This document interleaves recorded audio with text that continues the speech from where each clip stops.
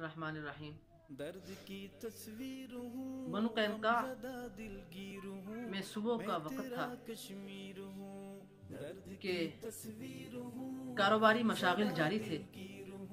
एक यहूदी की दुकान में कुछ उसके अहबाब दोस्त खुशगपियों में मसरूफ थे कि एक मुसलमान औरत आई।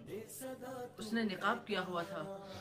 एक यहूदी ने कहा कि इस निकाब को उतारो, तो औरत ने सख्ती से मना कर दिया।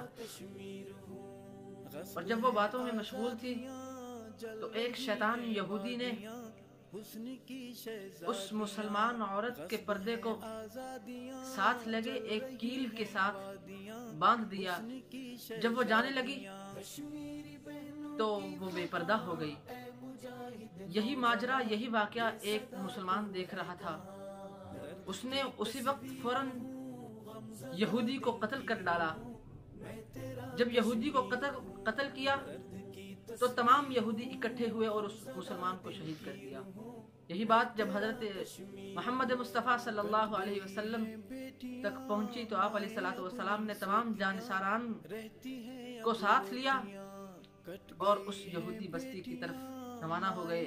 उस यहूदी बस्ती का मुहासरा किया और उन यहूदियों को माहदे की बदशिकनी और माहदे को तोड़ने की वजह से उन्हें मदीना मुनव्वरा से दरबदर कर दिया। कुछ आगे चलते हैं तो तकरीबन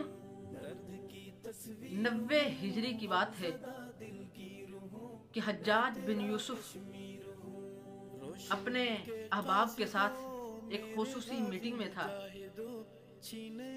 एक एलची आया और कहने लगा कि आपके लिए जो शाह जजीरा याकूत ने दौलत और तहाइफ और मुसलमान औरतों को भेजा था, उनको दीबल में बहरी कज़ाक़ज़ों ने लूट लिया है और उन पर जुल्म और तशद्दुद की भरमार भी की है।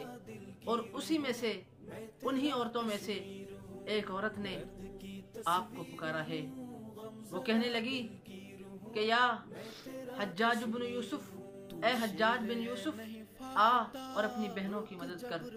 ए हज्जाज बिन यूसुफ, हम तुझे पुकार रही हैं। ए हज्जाज बिन यूसुफ, तू आज आकर हमें इस जहन्नुम से निकाल ले। उस वक्त हज्जाज बिन यूसुफ खड़ा हुआ, गुस्से से लाल पीला होने लगा, अपनी तलवार नयाम से निकाली और कहने लगा, लब्बैक लब्बैक मेरी बहन, मैं आ रहा हूँ। फौरन अपने भतीजे मोहम्मद इब्न कासिम को बुलाया और उनके साथ 20,000 का लश्कर भेजा और आए। उस नौजवान ने सिर्फ एक औरत की पुकार की वजह से पूरे सिंध को फतह कर डाला। फिर कुछ और आगे चलते हैं।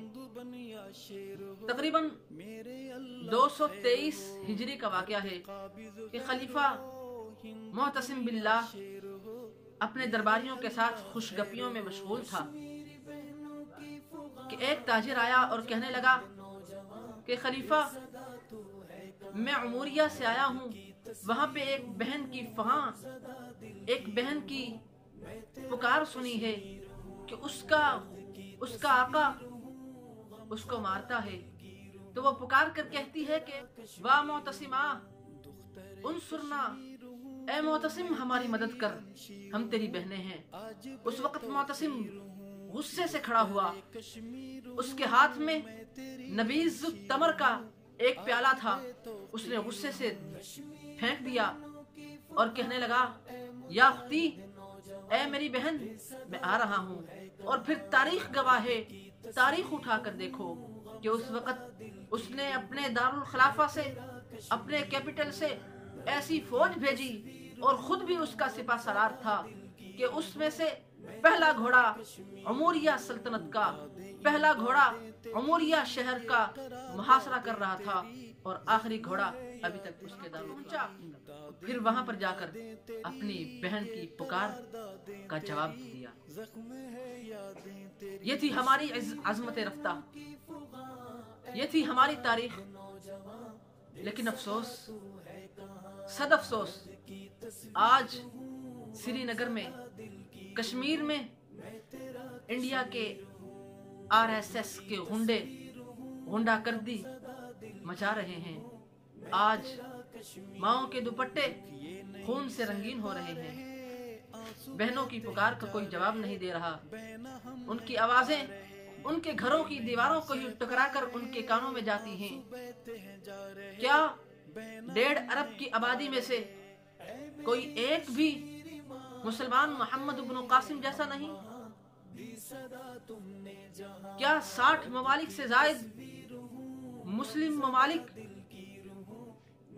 کے بادشاہوں وزراء میں سے کوئی ایک بھی حجاج بن یوسف جیسا نہیں؟ ہمارے حکمران بھی خود کشمیر کو فروخت کر کے بیچ کر خود ہی اس پر مگرمچھ۔ آج کشمیر کا خون میں نہایا ہوا نوجوان اور روتی چلاتی ہوئی ماں اور سسکتی ہوئی بہن یہ پکار پکار کر کہہ رہی ہے، جلتے گھر کو دیکھنے والوں بھوس کا چھپڑ آپ کا ہے، جلتے گھر کو دیکھنے والوں بھوس کا چھپڑ آپ کا ہے، آگ کے پیچھے تیز ہوا ہے، آگے مقدر آپ کا ہے۔